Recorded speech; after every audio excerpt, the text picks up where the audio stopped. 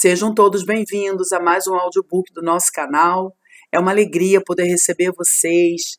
Nós estamos aí com muitas pessoas que estão acompanhando esses audiobooks que a gente tem postado, pessoas que são deficientes visuais, pessoas que estudam a Bíblia também, pregadores, né? Até pastores têm acompanhado aí nosso trabalho.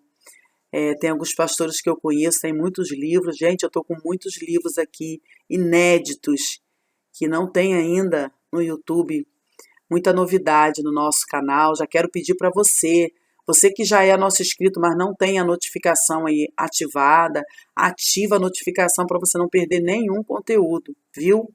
E você que é novo por aqui, eu quero pedir para você, se inscreva aí no nosso canal, ativa aí a notificação para cada vídeo novo que a gente postar, você vai poder estar sendo notificado, não vai perder nenhum conteúdo do nosso canal.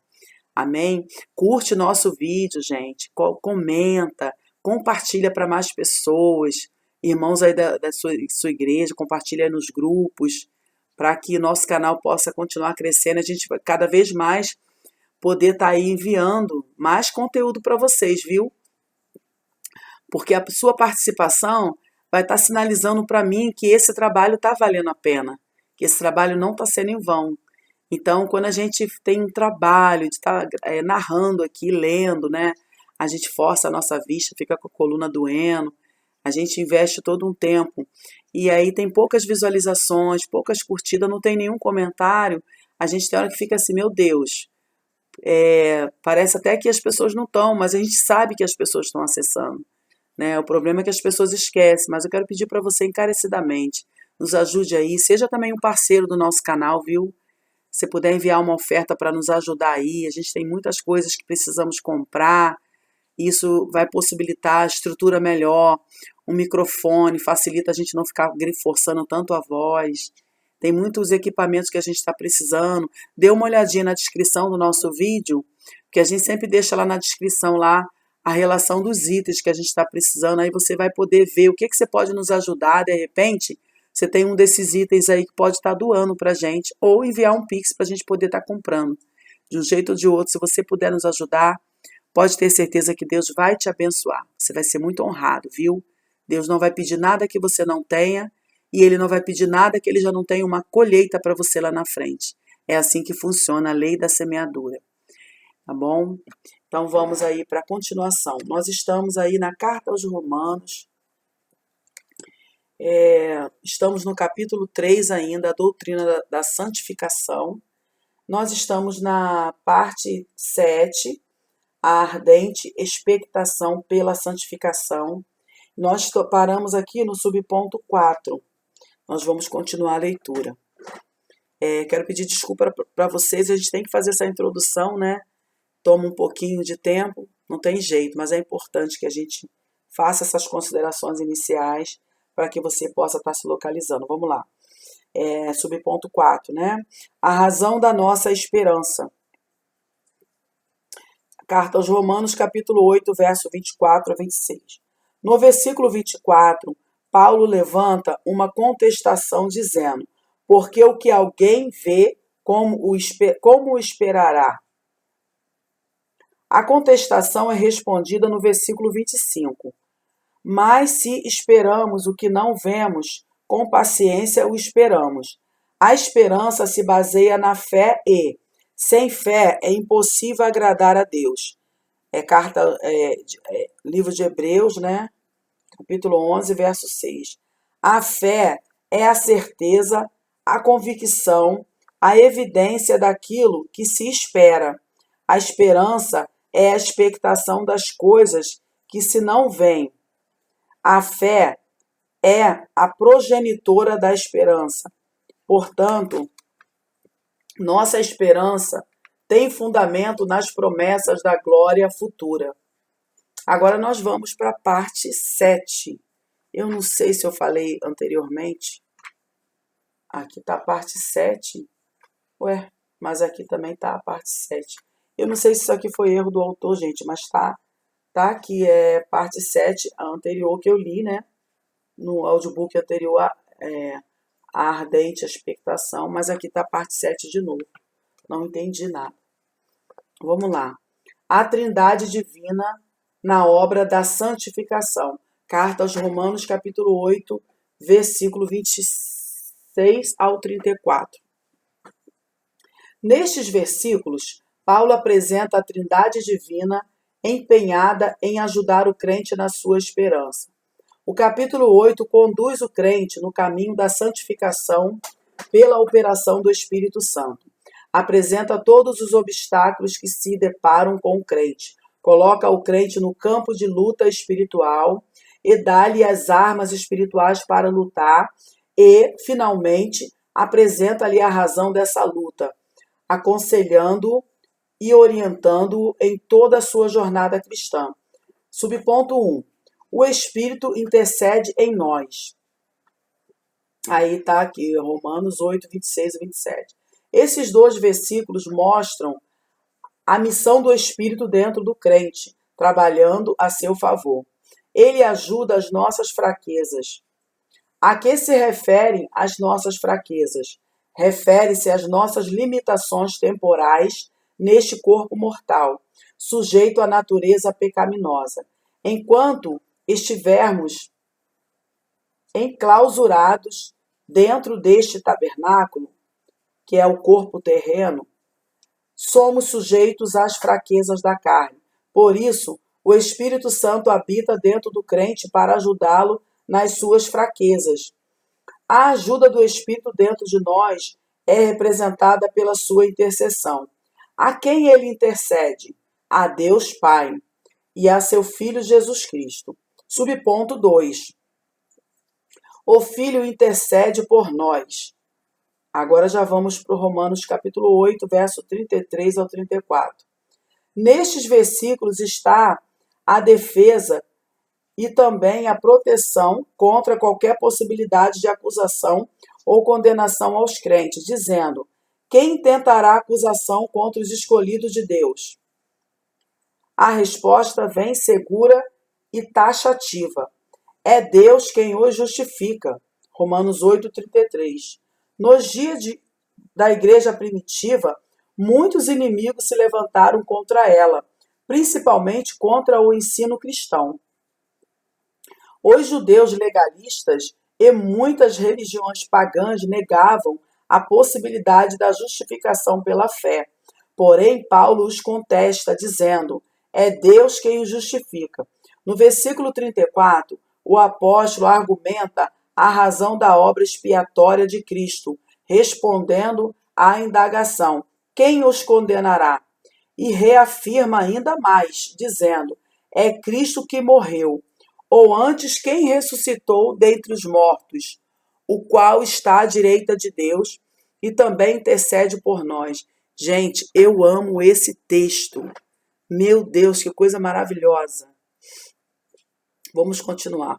O apóstolo das gentes apresenta todos os aspectos da nossa redenção por Cristo, desde sua morte até a sua glorificação à direita de Deus. Ao falar da morte de Cristo, ele destaca a redenção relacionada com culpa do pecado, pois Cristo tomou sobre si essa culpa. Ao ressuscitar dentre os mortos, garantiu a redenção na vida presente do poder do pecado. Pela sua ressurreição, somos salvos do poder do pecado. Ao assentar-se à direita de Deus, estava investido da autoridade e da capacidade de ajudar o crente, recebendo a intercessão do Espírito Santo que habita dentro do crente. Ele mesmo, à direita de Deus, intercede por nós como sumo sacerdote, feito segundo a ordem de Melquisedeque. Hebreus capítulo 5, verso 8 ao 10. Hebreus capítulo 7, verso 11 ao 17. E Hebreus capítulo 7, verso 22 ao 27. Subponto 3. O Pai provê para nós nas nossas necessidades. Carta aos Romanos 8, 28 ao 32. Há uma perfeita harmonia no Deus Trino. Cada pessoa da Trindade exerce a sua função. E agora temos o Pai que responde às intercessões do Filho. Vamos voltar aqui. Cada pessoa da Trindade exerce a sua função. E agora temos o Pai que responde às intercessões do Filho no céu e do Espírito Santo no coração do crente. O versículo 28 apresenta outra base para a confiança no futuro. Podemos contar com a ajuda também do Pai para as nossas necessidades. Analisemos ainda um pouco mais o versículo 28. Sabemos que todas as coisas contribuem juntamente para o bem daqueles que amam a Deus, daqueles que são chamados por seu decreto. Com a palavra sabemos, o apóstolo Paulo reafirma a convicção e a certeza total no resto da declaração. A expressão todas as coisas diz respeito a tudo aquilo de que Deus é Senhor e Criador. A palavra contribui é traduzida em outras versões por cooperam para o bem daqueles que amam a Deus. No grego, sinergei significa cooperar.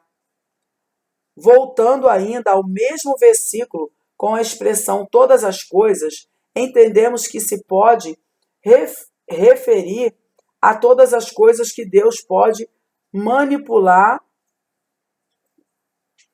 ou permitir. Paulo crê plenamente no cuidado divino para com que aqueles que amam a Deus. Portanto, todas as coisas podem incluir também aqueles sofrimentos e angústias que passamos nesta vida temporal. Mas Deus com o controle de tudo. Os chamados por seu decreto, que está no versículo 8, são todos quantos aceitaram a sua salvadora, a sua obra salvadora. Vamos voltar aqui, gente. São todos que aceitaram a obra salvadora em Jesus Cristo. O propósito de Deus para com aqueles que amam a Deus é prover todas as coisas para o bem deles. A eleição e o chamado, vamos voltar. A eleição e a chamada são termos correlatos aqui nesses versículos. Desculpa, gente.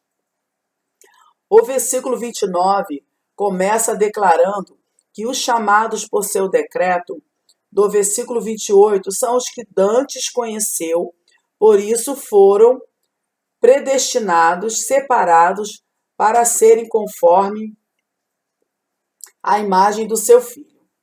Que imagem é esta que o Senhor quer que tenhamos? É claro que não se trata de imagem física, mas da sua imagem moral e espiritual. Cada crente tem sido chamado pelo Espírito Santo e tem sido justificado pela fé, e por isso pode ter a segurança de que Deus o tem amado antes da fundação do mundo. Portanto, ser chamado e justificado é o resultado de haver sido predestinado para a salvação. Agora vamos para o capítulo 8, verso 29. Para serem conforme a imagem de seu Filho, isto é, para serem iguais a ele. Jesus depois continua, a fim de que ele seja o primogênito entre muitos irmãos. Paulo ensina aqui que os remidos em Cristo formam uma família, e se nós somos feitos conforme a imagem de Jesus Cristo, ele se torna o primogênito no meio da sua família. Agora vamos para o versículo 30, ainda no capítulo 8. E aos que predestinou.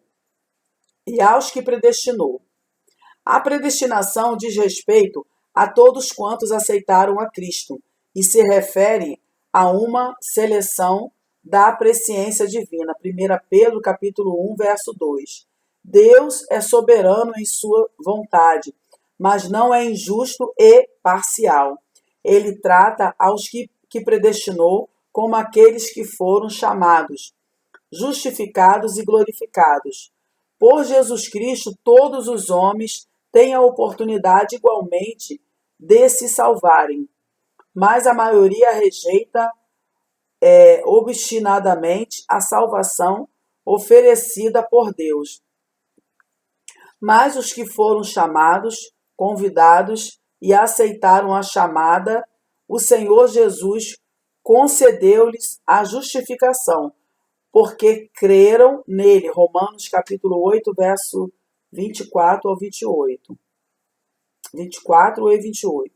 Agora, a palavra glorificou refere-se à nova vida recebida em Cristo Jesus. 2 Coríntios capítulo 5, verso 17, que é a referência aí. Uma vez justificados, resta tão somente viver uma vida transformada que representa um estado de glória, na vida presente e na vinda do Senhor. Agora, vamos para Romanos 8, 31 e 32. O versículo 31 oferece segurança tranquila quando pergunta: que diremos, pois, a essas coisas? A que coisas está se referindo o apóstolo? A toda a argumentação analisada e provada pelos fatos da obra de Deus. Analisados, vamos voltar aqui, realizados em nosso favor. Quem poderá contestar? Ninguém. Já no versículo 32 está a dádiva maior do amor de Deus aos homens. Aquele que nem mesmo a seu próprio filho poupou, prova o seu grande amor para conosco, capaz de nos proteger contra toda a possibilidade de desviar-nos desse propósito. A base de tudo quanto Deus faz por nós está na pessoa de Jesus Cristo. Este versículo, da mesma maneira que Deus, vou voltar aqui, este versículo lembra o sacrifício de Isaac feito por Abraão, Gênesis 22, 16. Da mesma maneira que Deus teve disposição de prover a nossa salvação, dando seu Filho também, nos dará com ele todas as coisas. A colocação das palavras com ele significa que através dele é que receberemos todas as coisas. Ele, Jesus, é o agente pelo qual podemos receber as bênçãos de Deus. Agora a gente vai para a parte... aqui tá, eu não sei, gente, parece que é muito estranho a forma, a numeração que tá aqui, o roteiro aqui do livro, né? Nós estamos terminando. Parte 11, o triunfo da santificação. Está em Romanos capítulo 8, verso 35 e 39. O sentido primário da santificação é a separação e a consagração. Depois de termos palmilhado o caminho da santificação, aprendido a vencer todos os obstáculos, somos conduzidos pelo Espírito Santo ao triunfo total. Subponto 1. O amor de Cristo é imutável e indestrutível. Quem nos separará do amor de Cristo? O apóstolo Paulo não se referia ao amor do crente por Cristo. Não queria dizer sobre quem nos separaria de amar a Cristo, mas sim do amor de Cristo por nós, conforme fica clara no versículo 39, que diz: o amor de Deus que está em Cristo Jesus nosso Senhor. Portanto, não há obstáculo para o amor de Cristo por nós, nem a tribulação, ou a angústia, ou a perseguição, ou a fome, ou a nudez, ou o perigo, ou a espada. A base da confiança do crente está no fato de que o amor de Cristo não sofre detrimento por nada. Olha que coisa linda, né? Que o autor aqui do livro está explicando para nós, né? O amor de Cristo, ele não sofre nenhuma mudança, nenhuma alteração. Glória a Deus. Agora aqui no capítulo 8, verso 36, aí diz assim: temos neste versículo a citação de um salmo que fala da oração do socorro num momento difícil para o povo de Israel. Paulo utiliza a palavra do salmista para mostrar que o crente sempre enfrenta dificuldades. Salmo 44, verso 22. Salmo 44, verso 22. Subponto 2 aqui. O amor de Cristo nos torna vencedores. Versículo 8, 37 agora, né? Da carta do capítulo 8. O texto dá a ideia de que a vitória espiritual pode ser conseguida em meio às dificuldades enfrentadas. O triunfo glorioso está no fato de que somos vitoriosos, aleluia, por aquele que nos amou. Somos mais que vencedores, porque todas as dificuldades que enfrentamos no dia a dia não surgem por acaso, mas por causa do amor de Cristo. Esse amor divino dentro de nós nos habilita a ser vencedores e a confiar plenamente no seu amor. Subponto 3. Gloriosa declaração de triunfo. Agora está na carta aos Romanos 38, capítulo 8, 38 ao 30 e 39. Nestes dois versículos está uma gloriosa declaração de triunfo feita pelo grande apóstolo. Ele começa dizendo, está certo, estou certo. E significa que não havia dúvida alguma para ele. Sua convicção estava acima de tudo em relação ao amor de Deus na pessoa de Jesus. Essa convicção de Paulo, expressa com as palavras, estou certo, baseia-se nas profundas experiências vividas por ele. Agora, ele podia reafirmar essa convicção ao referir-se à morte. Meu Deus, que forte! Referir-se à morte, a anjos, a poderes, etc. Portanto, a morte inimiga implacável do homem não poderia separar nem destruir o amor de Cristo pelos seus remidos. Aliás, a morte para o crente separa tão somente o corpo, mas, na verdade, ela é condutora para a vida eterna. Ela, a morte, não consegue afastar nem esfriar o amor de Cristo. Ao contrário, a morte do crente aproxima-o ainda mais de Cristo. Agora, Romanos capítulo 8, verso 38. Nem a vida, nem os anjos.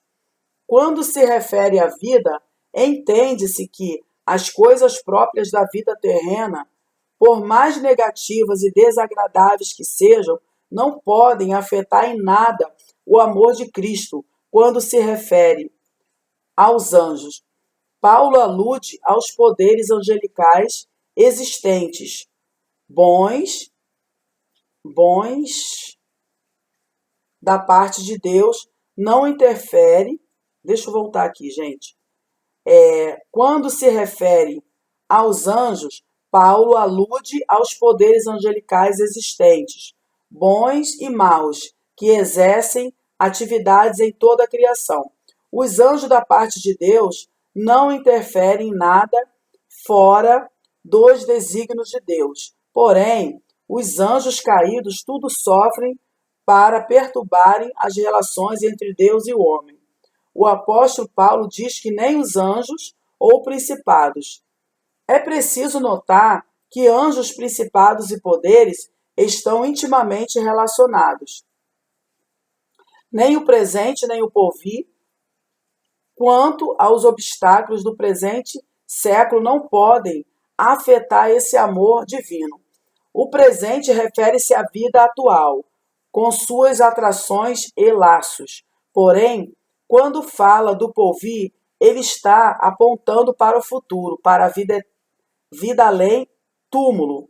Nada, portanto, diminui ou aumenta o amor de Cristo. É um amor que mantém inalterável como expressão do caráter imutável de Cristo.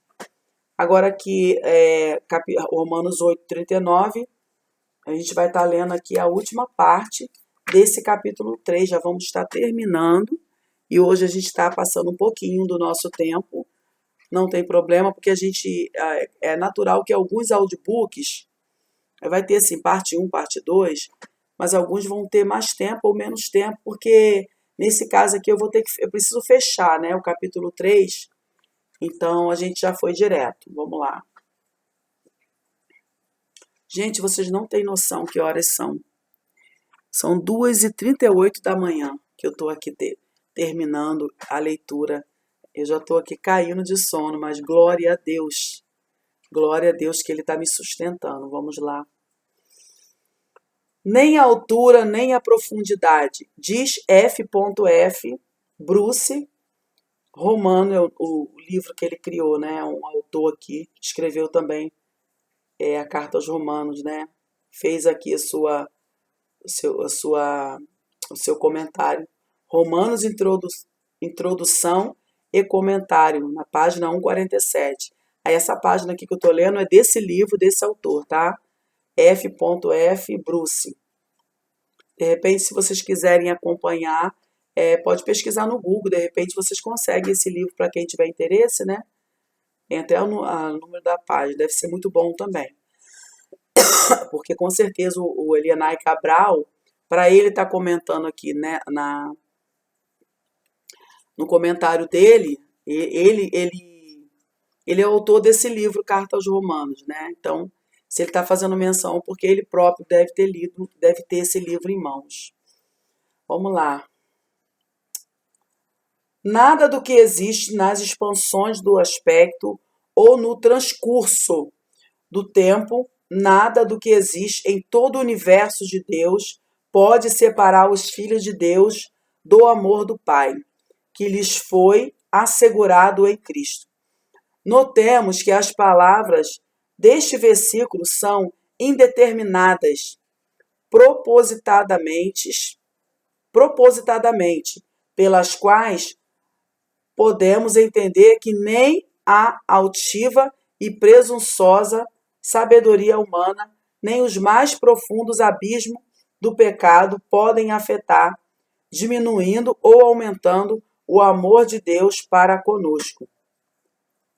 Por isso, nada mesmo colocará em risco o amor de Jesus Cristo por todos quantos lhe pertencem. Aleluia, glória a Deus.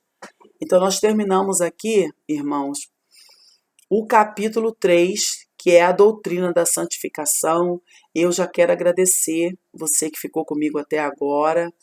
Quero já te pedir para não perder nossa continuação, tá?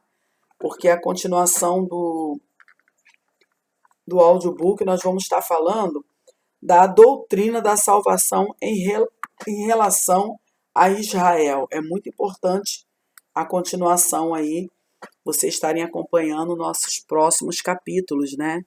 Vai ser muito importante. Então, chegamos aí ao final desse audiobook. Deus abençoe sua vida. Agora eu vou dormir para a honra e glória do nome do Senhor. Fiquem todos com Deus e até o nosso próximo audiobook, Carta aos Romanos, a continuação, em nome de Jesus. Amém.